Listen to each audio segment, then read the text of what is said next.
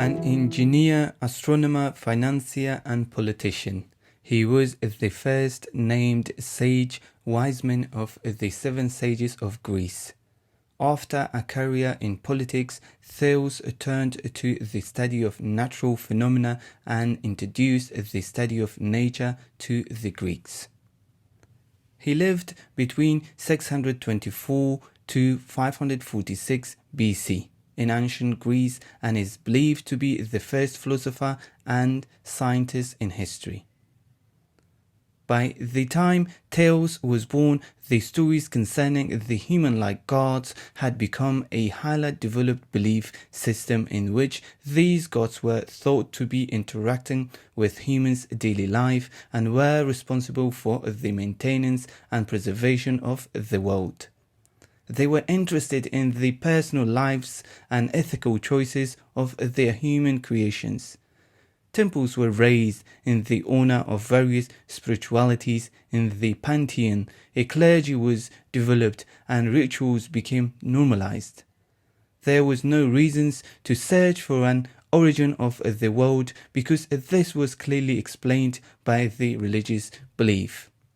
Thales looked for the outlines in nature to explain the way the world worked, rather than believing everything happened only because one of the Greek gods commanded it. He challenged the superstitious belief of people by introducing them to science. For instance, simply he was concerned to ask these questions, such as what is the basic stuff of the universe? Wondered what things are made of. He wanted to know why things behaved the way they do. These curiosities led him to be the founder of the philosophy, believing that all of nature must have developed from one sources. His inquiry into the nature of reality posed significant challenges to the ancient Greek religion, which maintained that the world was merely created by the gods through supernatural means, and anyone denying it should be executed. Thales realized that natural phenomena had rational causes that could be studied and understood. For example, you don't need Hapi to make the Nile flood. In ancient Egypt, Hapi was one of their many gods. In Egypt, the annual rise in the river Nile's level was vital for the success of kingdoms' harvests. Every year, the river would rise and replenish the land around it with nutrients and moisture. The river would then fall and Egyptians would farm the newly fertile land.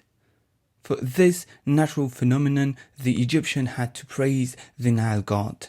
They believed the Nile's floods were caused by the mercy of Hapi. If the gods were displeased, the river would not flood, and there would be no farming, no harvesting, and no food. Therefore, gods had to be kept happy at all costs. Thales said the Nile flooded for natural reasons, not because of Hapi, while he was not sure about those natural causes. Nowadays, of course, we know the Nile floods because seasonal rain falls further south in Africa, yet his curiosity of thinking about nature is outstanding. Same with earthquakes. Ancient people believed earthquakes were a measure of their god's anger. Sacrifices, including human sacrifices, in some cultures became the normal way of trying to pacify angry gods. Thales sought a rational explanation for earthquakes.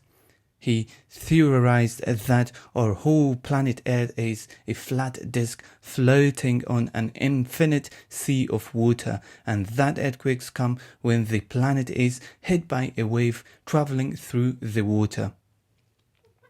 Of course, we now know that Thales got it wrong, but his most famous contribution is that he was the first person to describe natural phenomena without reference to the gods of mythology. Events such as earthquakes were not punishment of the gods for something one did that displeased the gods, but rather were due to natural material process. Despite not considering God responsible for most of the things that were happening around him, it seemed that Thales did not reject the gods completely. He believed that gods were present in everything. As a result of this, in his belief, all matter had some aspect of life in it. He thought that by understanding the fundamental principle of nature, people would get to know and understand the gods better.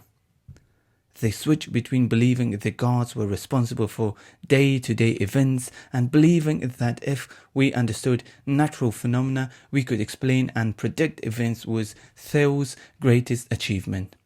It unleashed people's ability to think about the underlying causes of what we observe.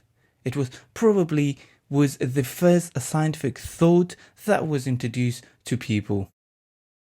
While some of his philosophy and explanations about nature came out to be wrong, but his influence toward the understanding of nature is not in his explanation, but in the fact that he was one of the first people to ask questions about things, gods, his surrounding, and wonder about the origin of the world.